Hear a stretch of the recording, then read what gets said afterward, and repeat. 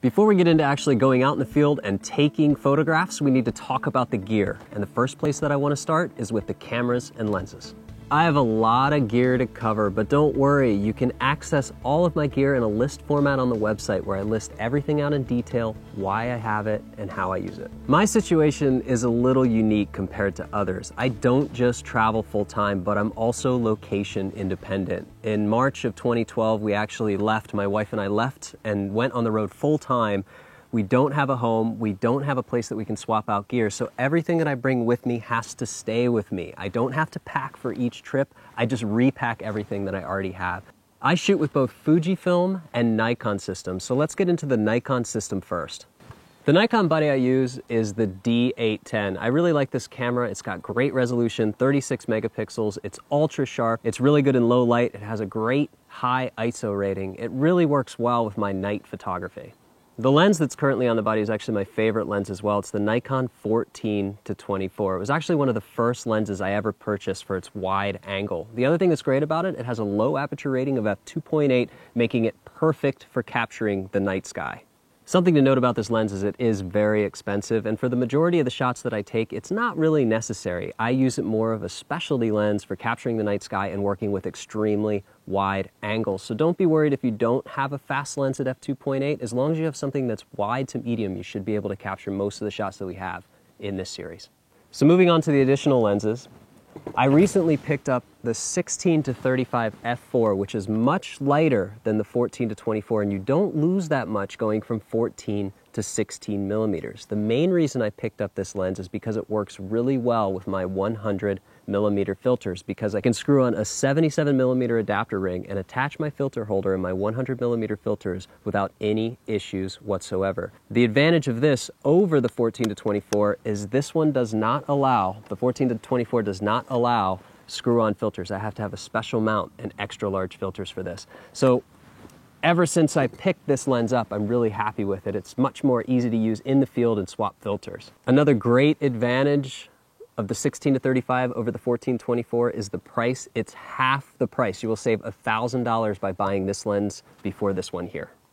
The next lens that I use often with my D810 is the 24-70. It's also an f2.8 lens, which gives me the ability to capture the night sky. It's also very expensive. So again, it's a specialty lens, but for me, with the night sky, that f2.8 rating comes in really handy.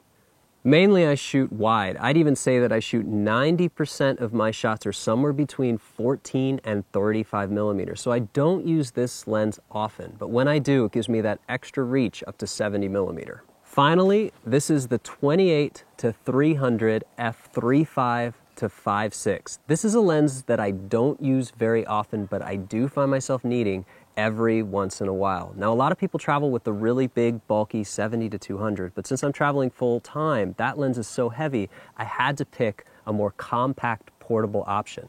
As you can see, this thing packs up really well, but look how far it actually zooms. So it's a really good thing to have in your bag because it doesn't take up that much space. It's also a great walk-around travel lens, and it's half the price of the 24-70. So it's a good place to start with an incredible focal range of 28-300. So to recap the Nikon gear, you can see that I'm traveling with 4 lenses. I used to travel with just 3 lenses, and I also used to travel with bigger filters that were just for the 14-24. But I picked up the 16-35, and I'm really happy with it because it works so well with the filter. So this is more lenses for the Nikon than I usually travel with. Eventually, I may even phase out the 14-24.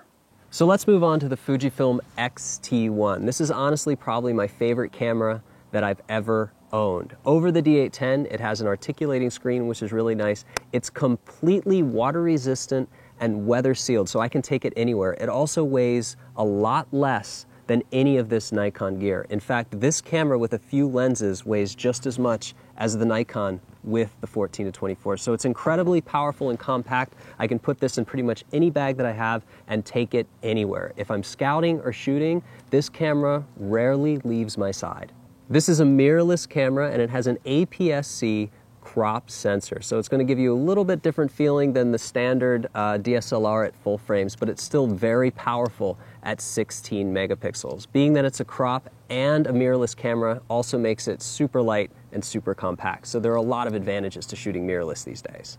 Another thing we're going to be dealing with a lot is camera shake. And the nice thing about these mirrorless cameras is they have no moving parts. This camera has a little bit different of a feel than a standard DSLR, and compared to the D810, it also has a few key differences. One, the ISO value on this Nikon D810 allows me to go down to a low 30 on its low mode. This goes down to 200 at the minimum. So sometimes I like to do my long exposures on the Nikon because I get an extra few stops of light that I can change to. Other than that, everything's exactly the same. And the nice thing about it is all the dials are on the top of the camera, making it very intuitive to shoot, whether you're doing landscape stuff or even putting a different lens on and doing some street photography or just walk around photography. It's very, very powerful. Another huge advantage of this camera system over the Nikon is that it's literally 1/3 the price of what I have sitting here. So in other words, you pretty much save money all around, not just on the camera body, but the accessories and the lenses as well. Now the lens that's on the camera right now is my favorite. It's the 10-24. With the crop value, it actually transitions into basically a 16-35. So it's very powerful and very wide. This lens also has a fixed aperture rating of f4, and it also has optical image stabilization built right into the side. The next camera I want to talk about is the Fujifilm X-M1. Now this is an older Fujifilm camera. It's actually a streamlined version of the X-E1 that's been further replaced by the X-E2. I picked this up a while ago just as a behind-the-scenes camera, something that's light, easy to carry, and just throw into any bag. This camera is actually responsible for most of the moments between shots you'll find on Facebook and Google+. So I started using it pretty much exclusively for that, since I usually shoot with 2 cameras and I still like to have a handheld camera to work with while I'm in the field. So this one also stays in my bag. It's extremely lightweight. It also has an articulating screen, and it's really intuitive and easy to use. The lens that's attached to this camera right now is the 35mm f1.4. This is an awesome lens because it's extremely fast, making it the perfect handheld shooting device. Both of these Fujifilm bodies use all of the same lenses, so let's talk about some of the ones that I use. Just like the Nikon system, I probably shoot wide 90% of the time, but when I'm not shooting wide, I shoot medium, and the medium version of the lens for the Fujifilm is actually a kit lens, and it's an 18-55. It's really powerful, it's very sharp, and it's very useful, and it has an aperture rating of f2.8-4, which means at 18mm it'll be 2.8, and at 55 it'll be 4. So it's a really fast kit lens. It's actually one of the best kit lenses on the market. One of the other lenses that I find myself using pretty often is the 14mm fixed f2.8. So this is the lens that I use for my night sky shots with the Fujifilm body. It's fixed, it's fast, and it's actually pretty wide, so it captures the night sky really well. Again, I don't shoot zoom very often, but when I do, I actually have the 55-200 f3.5 to 5.6. So this is a really good solution for telephoto with the Fujifilm. It doesn't weigh very much and it extends very far, so it's really powerful as a telephoto solution. It's also even less weight than this version of the Nikon 28-300. So the last lens I want to talk about with Fujifilm is the 56 f1.2. So the 35 was an f1.4. This is an f1.2, making it one of the fastest lenses you can get by Fujifilm. And it's a really great lens because you can get a really soft focus effect when you're shooting street photography, portraiture, or people. So in all honesty, it's a lens that I don't use very often, but I feel like I should use it more because it creates such a beautiful, soft focus effect. So anytime I'm shooting people, I use this lens. But as you guys will see in this video series, I don't shoot people very often. Now that I've covered the basic camera systems, I also just want to cover trigger releases. So I have trigger releases for both the Fujifilm and also the Nikon. For the Nikon side, I actually use the intervalometer, though to be honest, I don't really time intervalometer shots very often. I actually use it because it has a built-in timer. When I press this down for long exposure, I'll actually see a count right here on the screen, and it has a little light that illuminates it, so I can do 2, 3, 4 minute exposures and know exactly how much time it takes. On the Fujifilm X-T1, I don't have to have that screen because it actually shows me on the back of the camera. It gives me a nice little countdown as I'm doing long exposures. So this one's a little bit heavier and a little bit more robust, and this one's a much simpler solution. With all these cameras and lenses, I definitely have to keep them clean. Usually I try to blow off the dust, so this is the standard little rocket blower that everybody travels with. I also have microfiber cloths hidden in every coat pocket and every bag I have pretty much everywhere around anywhere I'm staying, so I always have one handy.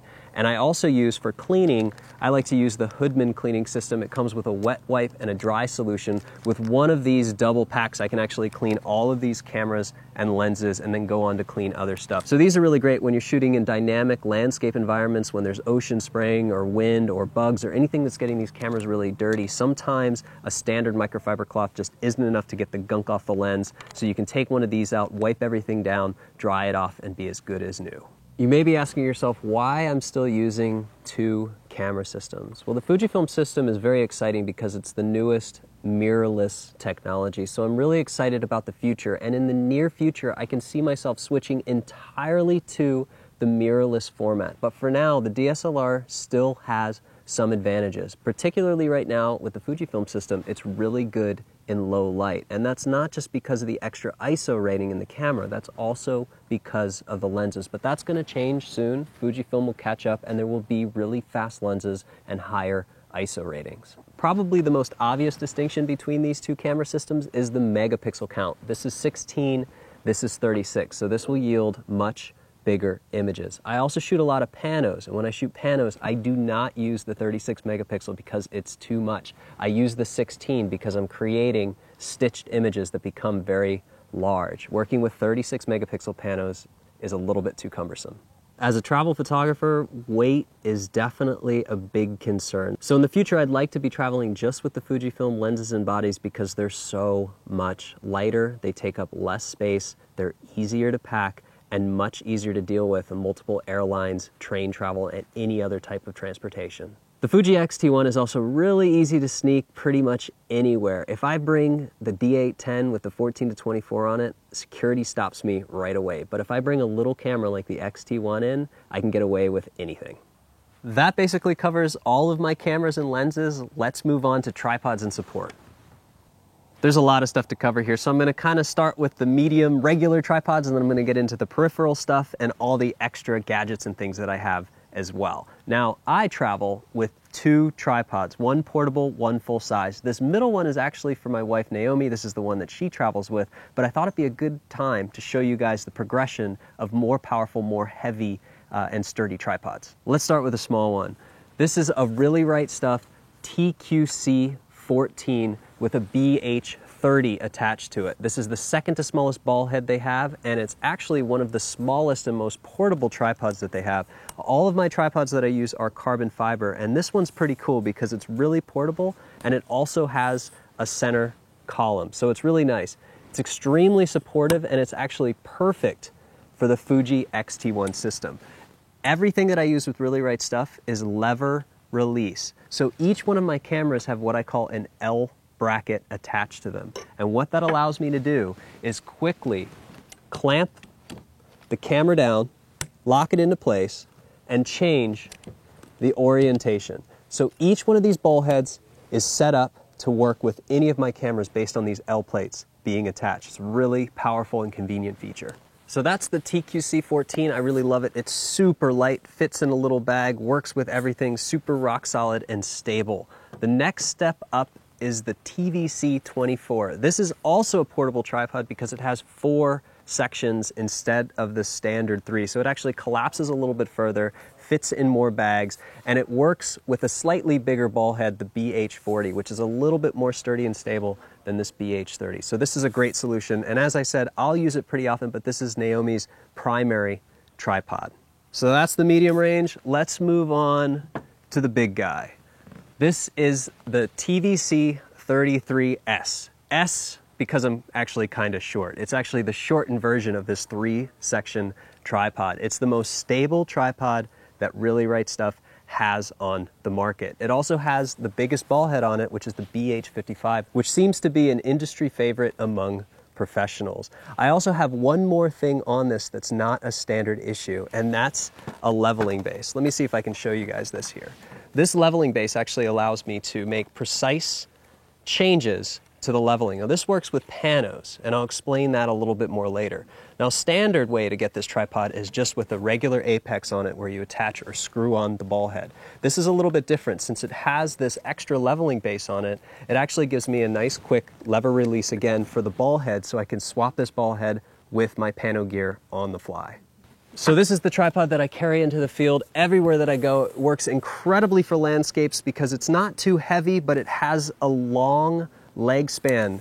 All these tripods come with hooks right here in the center where you can weight them or hang trigger releases or different peripherals and things that you use. But basically, the wider the leg span of a tripod, the more sturdy it can become. So this is really good when you're dealing with grass or different parts of landscape where you have uneven and soft surfaces. So those are the three big guys that I have in my toolkit. Let's take a look at some of the fun, more sneaky stuff. Remember when I was talking about the camera gear and I said a small camera can get you into more places and you can be a little bit more sneaky? Well, so can little tripods. So this is one of my favorite things that I travel with. This is a TFA01 aluminum tabletop tripod. It has their smallest ball head attached to it, which is a BH25. Again, it's going to be a lever release just like all my other ball heads. And this thing, believe it or not, will hold 50 pounds of weight, completely stable. I've actually been able to do panos with this in Europe. In Rome specifically, on some of the bridges, you have these really big concrete balustrades and support columns. So this works everywhere. I can sneak this into churches, I can sneak it into cathedrals, I can basically keep it in my pocket, and anywhere I find a flat surface, I can set up and do long exposure, pano, or any kind of tripod shot. So this is a great thing to have for any travel photographer. So this is really cool and it allows me to set up on flat surfaces everywhere, but what happens if I don't have a flat surface to use?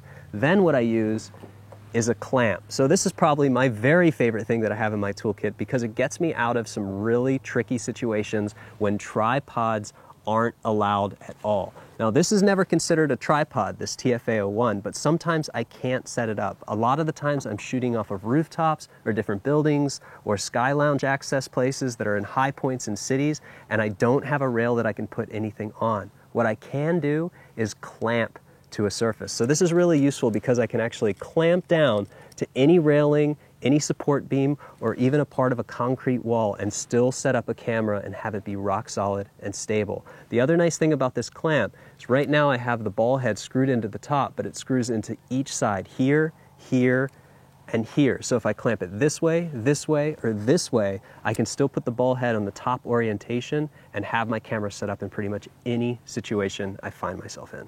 Some people use the Manfrotto Super Clamp, but this is a fraction of the weight and just as powerful. It'll actually crank down as far as you want it to go to the point where you can accidentally break things. So if you do have one of these safari clamps, just be careful. If you're attaching it to the side of your tripod or anything that might crack or crumble, you could easily destroy it. So just keep that in mind. When I decided that I was going to get rid of nearly everything that I own and become 100% location independent, I knew that it meant that if something broke or I had to have something replaced, it was going to be terribly difficult because I'm traveling from place to place. So it was really important to me that I bought the highest quality stuff possible, stuff that I knew would last as long as I'd be using it. And that's why I'm using Really Right Stuff tripods. I truly believe they're the best built tripods on the market. The other nice thing is once you buy into a certain system, it's all cross-compatible. So using these systems and these L plates, I know that any combination of any of these heads with any of these tripods and my cameras will always work seamlessly. So whatever I pick up and whatever I take in the field will always work and always be reliable. This little tripod is aluminum and this is aircraft aluminum here. So those are actually the only two aluminum things that I have. Everything else that I have, they're all carbon fiber tripods. Now, carbon fiber tripods are definitely more expensive than aluminum tripods, but they also weather much better. So if you're using them in sandy environments and dynamic environments, salt water will start to corrode the aluminum, will start to destroy it over time, where carbon fiber remains more resilient. The other clear advantage of carbon fiber over aluminum is investing in carbon fiber is also investing in a lower weight system overall. So the same tripod in aluminum would weigh more than this and actually would be less stable. The way carbon fiber works, and this particular weave that Really Right Stuff has developed, actually mitigates vibration from the top down and the bottom up. So by the time any vibration from the ground gets about midway up, it's completely mitigated. The thing about aluminum is aluminum transmits vibration. So if you ever have an aluminum tripod and you click the shutter and you're holding onto the tripod, you'll actually feel that shutter click reverberate through the tripod leg. This actually disperses it over time. I'm well known for bracketing and producing blends of different exposures put together, so it's really important to me that I have the most stable system possible because I know I'm going to have to blend those frames. I don't want anything to move over time. That's why I use carbon fiber, but that's also why I use ball heads. I feel like they're the quickest, easiest way for me to work because I can just easily clip a camera in and rotate it around any way I like it, and as soon as I twist this, it locks it in to the point where there's no way that I can move it at all. It's rock solid. Obviously, there are other tripod solutions besides ball heads, but I've just become accustomed to using them over time. I feel it's the fastest way that I can frame my shot and lock it down with accuracy. These tripods by Really Right Stuff are the best on the market, but they also come with a very high price tag. Now, I do this for a living. I've been a photographer for many years, and I've slowly invested in all of this over time. So don't feel bad if you can't afford it right out of the gate. A small tripod, something portable, will work well too. No respectable landscape or travel photography kit would be complete without a set of filters. All the filters I use and I travel with are made by Format Hi-Tech. Now let me walk you through some of the filters that I use and how I use them specifically in the field. Remember when I was talking about the Nikon 14-24 versus the 16-35? Let's take a look at the filter system for the 14-24. Now, this is made by a company called Lucroy, and it actually uses 165 millimeter filters. Now, I do have a couple of these. I actually travel with a 4-stop solid neutral density and a 10-stop solid neutral density. Now, these are really great. They cover this lens without any glare from any side. It actually blacks out all 4 sides here, so no light from behind can cause any glare on these filters. The disadvantage, though, is their size. Look at the difference between a 165 to a 100. The difference is huge. So when you're working in dynamic weather conditions, you might have water spray all over the place. Things are getting on the front of these resin filters, and the larger they are, the more things they'll attract. That's water, bugs, sand, dirt, what have you. So these are really great, but I'm trying to transition into just using these 100 millimeter filters because they work with all of my lenses except for the 14-24. So let's talk specifically about the 100 millimeter square filter solution. Again, these are made by Format Hi-Tech, and they make 2 different types. One is a resin, so it's more of a plastic light material, and one is called Firecrest, which is glass. It's a little bit more heavy. This has been recently created by Format Hi-Tech, and it's phenomenal. So right now I use a combination of both. Now these square filters are really great because they work with every one of my cameras, again, except for the 14-24, and let me show you how that works. The reason they work with all the cameras is they work with this filter holder, and this filter holder attaches to each one of my cameras using a different millimeter filter ring. And I have 3 of them right here. I have a 77, a 58, and a 72. So 77 is the most common. That works with my 16-35 Nikon and my 24-70. This 72 works with my 10-24 on the Fujifilm, and they're really easy to use. You basically just thread it up really carefully, and you can screw them right on to the camera. You just have to be really careful when you do this. You don't want to accidentally cross thread anything, so make sure that it fits snug. Just like screwing on any other filter, filter adapter ring is going to be exactly the same. Once you screw the adapter ring on, the filter holder will just slide over the front, and then there's a locking pin to screw on that just locks it in tight. And again, it can be rotated with filters just by loosening that pin and closing it down again. Once the filter holder's in place, any of these filters can slide into the holder system. Standard holder system holds 3 filters, so I can actually stack 3 different filters on the front of this camera. The nice thing is, using a combination of these 100 millimeter filters and my different adapter rings, I can put this on the front of every lens I have except for the 14-24. So this is a standard Format Hi-Tech filter holder. It has 3 filter slots in place, but I also use another one that I've built that's a little bit custom for some different tasks, and that's this one right here. This one's slightly modified so that it has, instead of a 3rd slot, it actually has a polarizer at the end of it and 2 additional slots. This is kind of nice because instead of having screw-on polarizers in every single size for every single one of my lenses, this allows me to use one polarizer for all my lenses, very similar to the way that I use one set of neutral density filters in the different adapter rings. So it's very powerful. This is really cool, but it's also really difficult to assemble in the field because of these little screws. So when I find myself needing it, I'd rather have both options available so I don't have to lose any of these screws in the field and assemble something on the fly. As far as the square filters that I travel with, and I've already talked a little bit about resin versus Firecrest. Currently, I'm only traveling with the Firecrest, but I wanted to show you guys the difference. There's really not that much difference to the eye. One's more of a plastic resin base and one's glass, but the weight is a little bit different. Firecrest is going to weigh a little bit more. But in the field, the reason I like Firecrest the most is honestly, it's much easier to clean than this resin. Resin seems to get a little bit more difficult and a little bit more hazy quickly when you're dealing with saltwater conditions, whereas this glass seems to wipe free and clear much more quickly. Out of the neutral density filters, let's talk about the ones that I actually carry.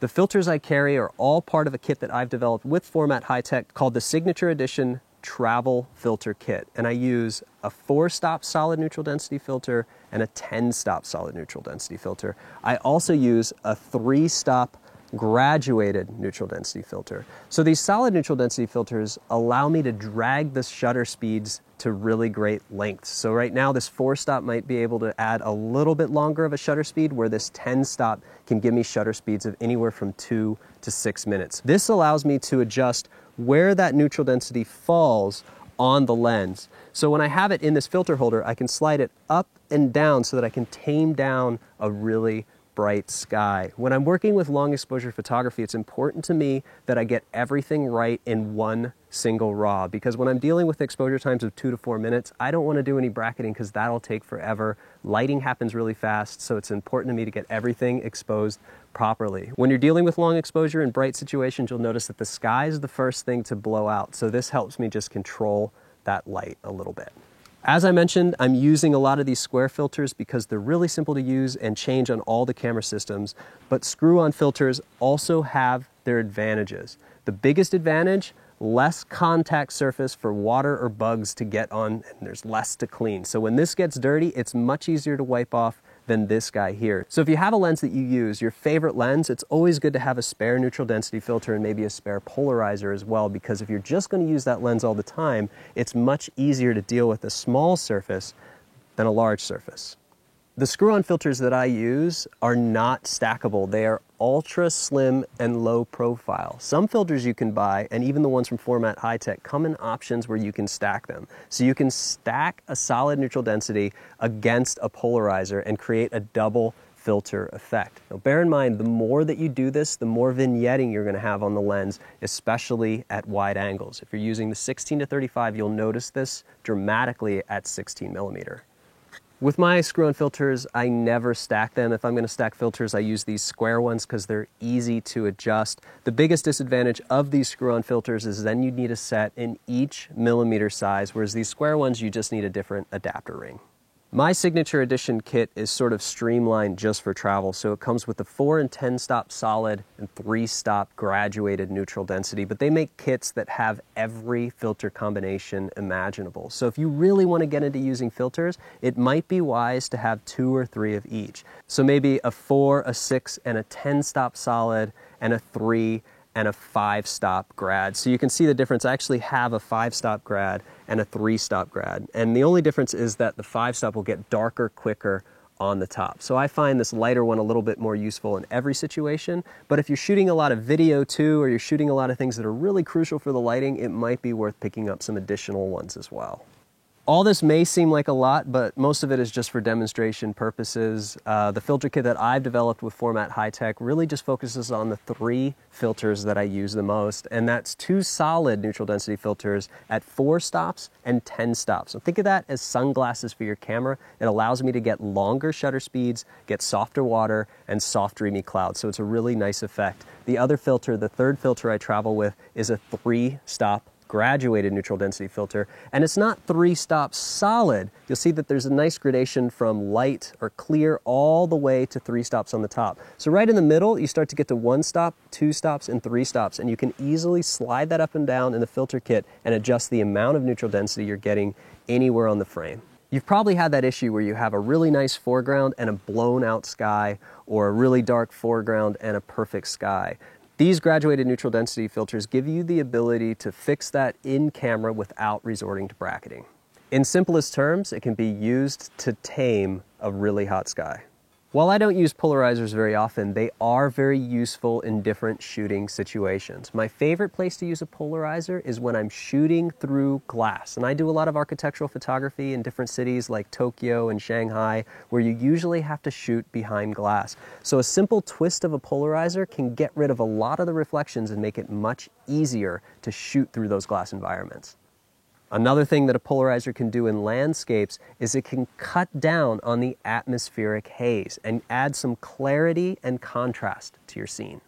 One more thing to note about neutral density filters is I've been calling them 4 stops, 6 stops, 10 stops, but they're actually rated at a number value that's a little bit different. So this one says 3.0. Well, 3.0 is a 10-stop filter, and that makes a 1.5 a 5-stop, a 1.2 a 4-stop. So when you're seeing the grad, a 0.9 is actually a 3-stop. I know it's a little bit confusing, but you get used to it after a while. Camera Raw technology and Photoshop have given us the ability to fake a lot of these neutral density effects, especially with a graduated filter. But you are going to run into some situations when you can't fake certain things. It's very difficult to fake soft water and soft skies. So when you're using solid neutral density filters, the effects that you get at 2 and 4 minutes are not achievable in Photoshop alone. So you're going to find yourself wanting to use these filters when you start getting into some more advanced photography. But when you're just starting out, don't worry too much if you don't have filters. It's something that you'll grow into over time. Throughout this tutorial, I'll be slowly introducing each one of these filters so you'll get a chance to see how I use them in the field and how you can use them yourself. Now, I know I've gone over a ton of gear and it can be a little bit overwhelming, but don't worry, just follow the link below to find a list of everything that I use and how I use it in the field. So you're probably asking yourself, how do I travel with all this stuff? Well, let's take a look at the bags I use to carry this all over the world. Remember all that gear that we saw on the table? Now it's time to talk about how I travel with it full time and the bags I use to take it with me on the airplane. Believe it or not, most of what you see here is going to fit perfectly into this airport commuter backpack by Think Tank Photo. Before I get started, let's talk about the things that don't go on the airplane with me. There are a few things that go in my check luggage. There are also a couple of lenses that Naomi takes with her because she uses them more often than I do. So the first thing I'm going to do is take away what goes into my check bag, and that's going to be these 2 tripods.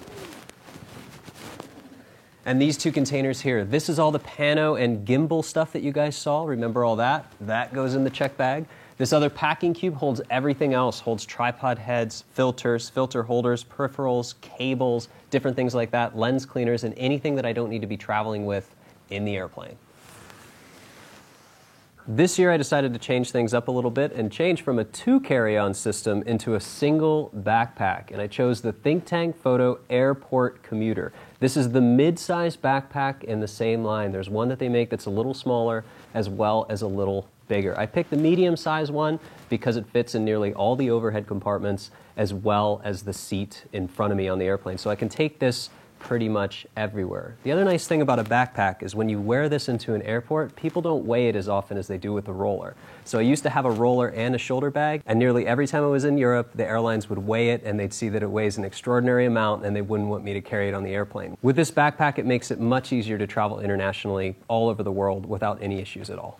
Believe it or not, everything you see here fits seamlessly and perfectly into this backpack. So let's get started and see how that works.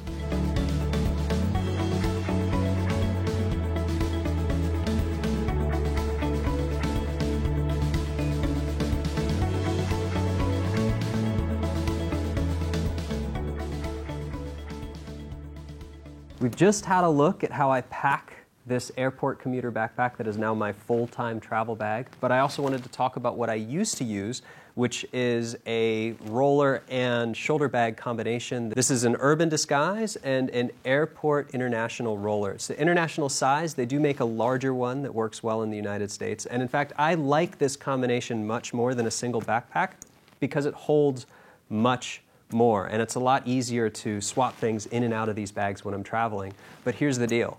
In the United States, you can travel anywhere on any airline with stuff and nobody will ever question you. Internationally, sometimes the carry-on restrictions are 1 item and 7 kilos. So this bag that I just packed weighs about 18 to 20 kilos, which breaks all of the airline restrictions internationally. But here's the thing. They never weigh this when it's on my back. But the second I try to get on a small plane with 2 items, a shoulder bag and a roller, they will immediately weigh the roller bag. If I get on a really small plane like a CRJ or a prop plane, a Dash 8 or anything like that, I can't even bring this on. I have to gate check it, which means that I have to take every lens out of it and then check the bag. This they never question and never mess with. So it led me to really switch to something a little bit simpler, to a single bag solution, just so I can get on more planes without any hassle. Now, I've never been in a situation where I've had to check anything valuable. I've always been able to negotiate my way out of it. But I got tired of having to negotiate. After years of traveling and nearly 1 million miles with just this configuration alone, I decided to simplify my life down to 1 bag. So that means that now I do check more of my stuff, more of my gear, but I don't check anything fragile. Anything fragile that I have comes with me on the airplane. Everything else gets put into a check bag. If you're accustomed to flying in the United States, it's not like everywhere else in the world. You can have 2 giant items. I could have 2 giant rollers that weigh anything. If I check in with a United States airline and my bag, my check bag is overweight, they'll say, can't you carry that on with you? That doesn't happen in Europe. They want you to have that 7 or 12K mark. So this bag is already big, and to be honest, it doesn't just break the weight restrictions, it breaks some of the size restrictions, but I don't know, there's just something special about having 1 item on your back. They don't usually mess around with you, but if I had this plus this or this plus this, it would be a deal breaker in Europe. It would be a deal breaker in Asia. They definitely try to make me check some of this kind of stuff. So it's definitely something to take into consideration depending on where you're going to travel. And I know most of you guys have a home, or I hope most of you guys have a home anyway, so you can have multiple bags. You can pick a configuration for whatever situation you're trying to travel in. Personally, I've been on the road full time for more than 3 years, so I have to take everything that I have with me all the time. So I never get a chance to swap out bags. This is a special situation where I wanted to have everything here to show you guys, but for the most part, once I take this with me, it's all I have unless I schedule a pickup or a drop-off somewhere where I can ship stuff for a friend to hold. I don't have the luxury of swapping bags in between trips. Just one quick thing I want to talk about too. In addition to this backpack, in my check bag, I also have a speed belt and some different modular skin sets by Think Tank. They're really nice because they pack down to nothing. They don't weigh anything. They have built-in rain guards too if it starts to rain. And this actually attaches to this bag. It'll run through the back and I can use it as a belt loop in the field, and it gives me 2 extra compartments to hold lenses or different things like that. And throughout this video series, you'll probably see me just wearing this sometimes because I use this on my belt just for filters and things like that for easy access. But this doesn't weigh very much, so this also gets put in the check bag. And then when I'm out in the field, I decide what comes with me in the backpack and what comes with me in this speed set. So now we've had a really good look at all the gear I use, how I pack it, and how I travel with it on the road. But now that you've seen all the gear, it's time to talk about how I use it. Before we get into the main part of this tutorial, I want to show you guys the basics of how I use all this gear, from basic camera settings all the way through the features that I use in each one of my cameras.